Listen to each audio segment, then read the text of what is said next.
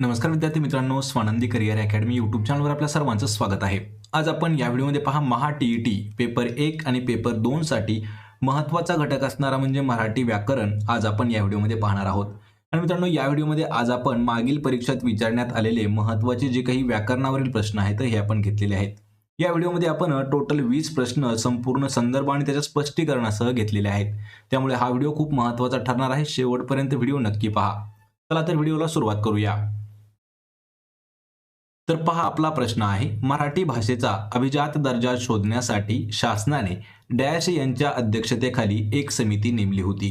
मित्रांनो, प्रश्नाचं जर उत्तर आलं तर 3 ते 5 सेकंदामध्ये आपण प्रश्नाचं उत्तर कमेंट करून देण्याचा प्रयत्न करा, म्हणजे आपलं रिव्हिजन देखील याच व्हिडिओमध्ये होऊन जाईल. तर पहा, प्रश्न काय आहे, मराठी भाषेचा अभिजात दर्जा शोधण्यासाठी महाराष्ट्र शासनाने कोणाच्या अध्यक्षतेखाली एक समिती नेमली होती? तर या प्रश्नाचं उत्तर आहे पहा, पर्याय क्रमांक 4, तर रंगनाथ पठारे यांच्या अध्यक्षतेखाली एक समिती नेमली होती, जेणेकरून मराठी भाषेला अभिजात भाषेचा दर्जा मिळावा यासाठी. पण लक्षात ठेवायचे की 2024 ऑक्टोबर 2024 मध्ये मराठी भाषेला अभिजात भाषेचा दर्जा म्हणून देखील मिळालेला आहे. तर रंगनाथ पठारे समिती नेमकी काय होती? तर मराठी भाषेला अभिजात दर्जा मिळवण्यासाठी प्रयत्न सुरू होते. यासाठी महाराष्ट्र सरकारने रंगनाथ पठारे यांच्या अध्यक्षतेखाली किंवा नेतृत्वाखाली 10 जानेवारी 2022 रोजी एक समिती नेमली होती आणि त्या समितीला ऑक्टोबर 2024 रोजी यश मिळालं आणि मराठी भाषा जी आहे तिला अभिजात भाषेचा दर्जा म्हणून जाहीर केला आहे. पर्याय क्रमांक 4 आपलं या प्रश्नाचं योग्य उत्तर होईल. यानंतरचा प्रश्न आहे पहा, वाल्मिकीने रामायण हा ग्रंथ लिहिला. यामधील रामायण या शब्दाची जात आपल्याला ओळखायची आहे. पहा, प्रत्येक प्रश्न हा मराठी व्याकरणावरील इम्पॉर्टंट असणारा प्रश्न आहे. या ठिकाणी एक वाक्य दिलं आहे, वाल्मिकीने रामायण हा ग्रंथ लिहिला. तर यामधील रामायण हे जे शब्द आहे याची आपल्याला जात ओळखायची आहे. तर या प्रश्नाचं उत्तर होईल ऑप्शन क्रमांक 4, तर विशेष नाम आहे पहा रामायण. यामध्ये वाल्मिकीने काय रामायण हा ग्रंथ लिहिला. यामध्ये लक्षात ठेवायचे, रामायण हा शब्द इम्पॉर्टंट आहे आणि या वाक्यामधील रामायण या शब्दाची जात विशेष नाम असणार आहे. यामधून एका विशिष्ट ग्रंथाचा बोध होतो, म्हणजेच हे विशिष्ट किंवा विशेष नाम आहे. पर्याय क्रमांक 4 आपलं या प्रश्नाचं अचूक उत्तर असेल. यानंतरचा प्रश्न आहे, खालील वाक्यातील सर्वनाम आपल्याला शोधायचं आहे. पहा, वाक्य कोणतं आहे, ती मुलगी चांगली गाते. या वाक्यामधील सर्वनाम कोणतं आहे? तर या प्रश्नाचं अचूक उत्तर होईल ऑप्शन क्रमांक 2, तर ती हे जे आहे हे सर्वनाम आलेलं आहे. लक्षात ठेवा, वाक्यामध्ये आपल्याला ती हे दर्शक सर्वनाम आलेलं आहे. नामाऐवजी वापरल्या जाणाऱ्या शब्दाला म्हटलं जातं पहा सर्वनाम. तर यामध्ये दर्शक सर्वनाम आलेलं आहे. तर दर्शक सर्वनाम म्हणजे काय, जवळची किंवा दूरची वस्तू दाखविण्यासाठी जे सर्वनाम येते त्यालाच दर्शक सर्वनाम असे म्हणतात. यामध्ये उदाहरण घ्यायचं झालं तर पहा, तो, ती, ते किंवा हा, ही, हे जे आहेत हे दर्शक सर्वनामाचे प्रकार आहेत किंवा एक प्रकारे आपण म्हणू शकतो की हे उदाहरणं आहेत. पर्याय क्रमांक 2 आपलं या प्रश्नाचं उत्तर होईल. यानंतरचा प्रश्न आहे, माझे घर कोकणात आहे. या वाक्यातील विशेषणाचा प्रकार आपल्याला ओळखायचा आहे. माझे घर कोकणात आहे यामधील विशेषणाचा प्रकार कोणता आहे? तर या प्रश्नाचं योग्य उत्तर होईल पहा पर्याय क्रमांक 3, तर सार्वनामिक विशेषण या ठिकाणी आलेलं आहे. या ठिकाणी पहा सार्वनामिक विशेषण. तर दिलेल्या वाक्यामध्ये माझे हे सार्वनामिक विशेषण आहे आणि घर या नामाबद्दलची ते अधिक माहिती सांगतं. जी सर्वनामे वाक्यात नामाऐवजी न येता नामाबद्दल विशेष माहिती सांगतात अशा सर्व उदाहरणांना किंवा त्यांना सर्वनामिक विशेषण असं म्हटलं जातं. या ठिकाणी काय आलेलं आहे, माझे विचारलं आहे, म्हणजेच काय, तर घराऐवजी किंवा घर या नामाबद्दल ते विशेष माहिती सांगतं. या ठिकाणी याची व्याख्या परत एक वेळा पहा मित्रांनो, जी सर्वनामं वाक्यात नामाऐवजी न येता नामाबद्दल विशेष माहिती सांगतात त्यांना सार्वनामिक विशेषण असं म्हणतात. ऑप्शन क्रमांक 3 आपलं या प्रश्नाचं उत्तर असेल. यानंतरचा प्रश्न आहे, खालीलपैकी कोणत्या वर्णाचा उच्चार करताना शेवटी स्वराचा आधार घ्यावा लागतो? हा देखील प्रश्न खूप महत्वाचा आहे, बेसिक असणारा हा प्रश्न आहे. खालीलपैकी कोणत्या वर्णाचा उच्चार करताना शेवटी स्वराचा आधार घ्यावा लागतो? तर या प्रश्नाचं उत्तर होईल पर्याय क्रमांक 3, तर व्यंजनांचा उच्चार करताना. लक्षात ठेवा, ज्या वर्णांचा उच्चार स्वरांच्या सहाय्याशिवाय पूर्ण होत नाही त्याला व्यंजने असे म्हणतात आणि व्यंजनाचा उच्चार करताना शेवटी स्वराचा आधार घ्यावा लागतो. उदाहरण घ्यायचं झालं तर क याचा उच्चार करताना आपण अ हा स्वर मिसळून त्याचा उच्चार करत असतो. पहा क क च्या शेवटी काय येतं तर अ असा येतो. म्हणजेच पर्याय क्रमांक 3 आपलं उत्तर होईल व्यंजने. यानंतरचा प्रश्न आहे वारंवार हा शब्द कोणत्या क्रियाविशेषणाचे अव्यय आहे? वारंवार हा शब्द कोणत्या क्रियाविशेषणाचा अव्यय आहे? तर हे आहे पहा वारंवार आवृत्ती दर्शक. ऑप्शन क्रमांक 2 आपलं उत्तर होईल. आवृत्ती दर्शक हा कालवाचक क्रियाविशेषणाचा एक उपप्रकार आहे. यामध्ये आवृत्ती दर्शक पहा काय आहे? घटनेची पुनरावृत्ती दर्शविणाऱ्या शब्दांना आवृत्ती दर्शक क्रियाविशेषण अव्यय असं म्हटलं जातं. ही व्याख्या मित्रांनो आवृत्ती दर्शकाची खूप इम्पॉर्टंट आहे. यामध्ये उदाहरण घ्यायचं झालं तर वारंवार, फिरून, दररोज, क्षणोक्षणी हे जे आहे हे आवृत्ती दर्शक क्रियाविशेषणाचे शब्द आहेत. ऑप्शन क्रमांक 2 आपलं या प्रश्नाचं योग्य उत्तर असेल. यानंतरचा प्रश्न आहे पहा फडणवीस, कारागीर, सौदागर, कामगार हे शब्द कोणत्या भाषेतील शब्द आहेत? या ठिकाणी मित्रांनो हा देखील महत्वाचा एक प्रश्न आहे. पहा या ठिकाणी आपल्याला 4 शब्द दिले आहेत. फडणवीस, कारागीर, सौदागर आणि कामगार. तर हे शब्द कोणत्या भाषेतील शब्द आहेत? आणि या प्रश्नाचं अचूक उत्तर असणार आहे पर्याय क्रमांक 3 तर फारसी या भाषेतील हे शब्द आहेत.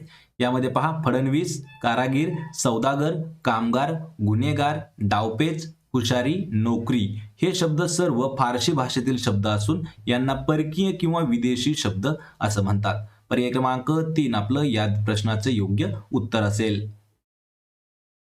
यानंतरचा प्रश्न आहे दोनदा जन्मलेला हा विग्रह करताना कोणत्या सामासिक शब्दाचा आहे? पहा दोनदा जन्मलेला हा विग्रह कोणत्या सामासिक शब्दाचा आहे? या ठिकाणी सामासिक असा शब्द आहे मित्रांनो. काही काही मिस्टेक झालेले आहेत. तर या प्रश्नाचं उत्तर असणार आहे पर्याय क्रमांक 4 तर द्विज. लक्षात ठेवा दोनदा जन्मलेला म्हणजे काय तर द्विज.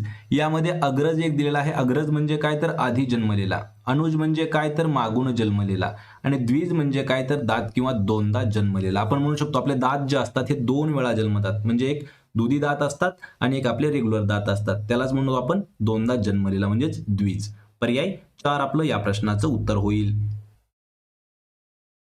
यानंतरचा प्रश्न आहे पहा खालील वाक्यातील आपल्याला काळ ओळखायचा आहे. वाक्य पहा स्पर्धा परीक्षा देणारे विद्यार्थी सतत अभ्यास करत असतात. याचा आपल्याला या वाक्याचा काळ ओळखायचा आहे. तर या प्रश्नाचं उत्तर होईल पर्याय क्रमांक 2 तर रीती वर्तमान काळ आहे. लक्षात ठेवा हा प्रश्न खूप महत्वाचा आहे. रीती वर्तमान काळ म्हणजे काय याची व्याख्या देखील पाहून घ्या. तर वर्तमान काळात एखादी क्रिया सतत करीत असण्याची रीत समजली तर त्याला रीती वर्तमान काळ असे म्हणतात. लक्षात ठेवा रीती वर्तमान काळाची व्याख्या तुमच्या समोर आहे. आणि आपल्याला पीडीएफ जर डाउनलोड करायच्या असतील तर स्वानंदी करिअर अकॅडमी नावाने आपलं टेलिग्राम चॅनल आहे किंवा अजून एक टेलिग्राम चॅनल आहे. त्याची लिंक मी तुम्हाला डिस्क्रिप्शन मध्ये दिलेली आहे. करत असतात या संयुक्त क्रियापदामधून क्रिया जी आहे ही वर्तमानामध्ये सतत करण्याची कर्त्याची रीत दिसते म्हणून हे जे आहे ही रीती वर्तमान काळ आहे. पर्याय 2 आपलं या प्रश्नाचं उत्तर होईल.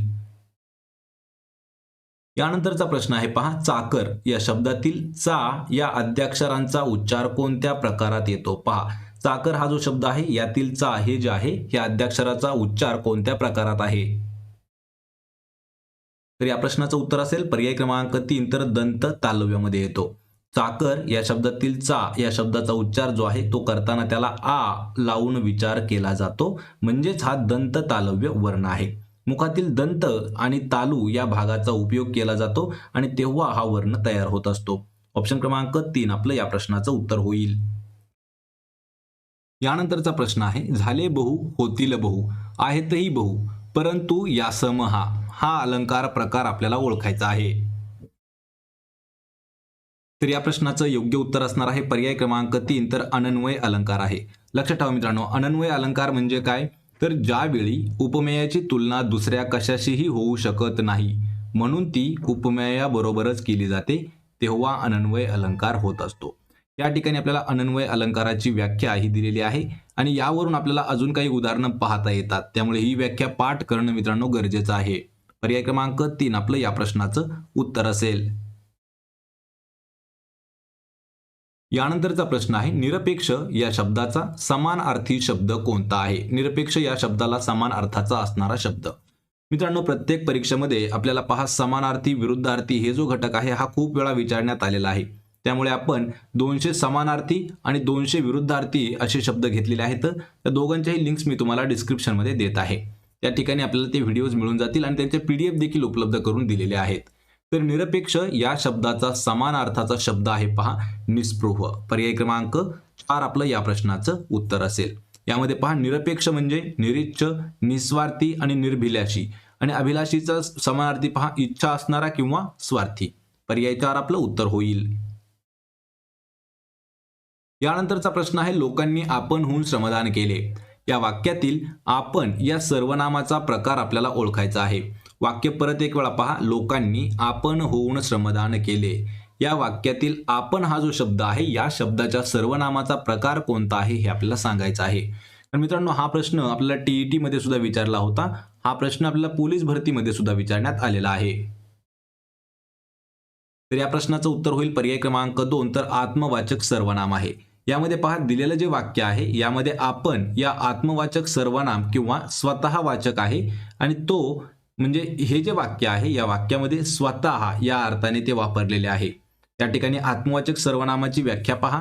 तर आपण या सर्वनामाचा अर्थ जेव्हा स्वतः असा होतो तेव्हा ते आत्मवाचक सर्वनाम असते.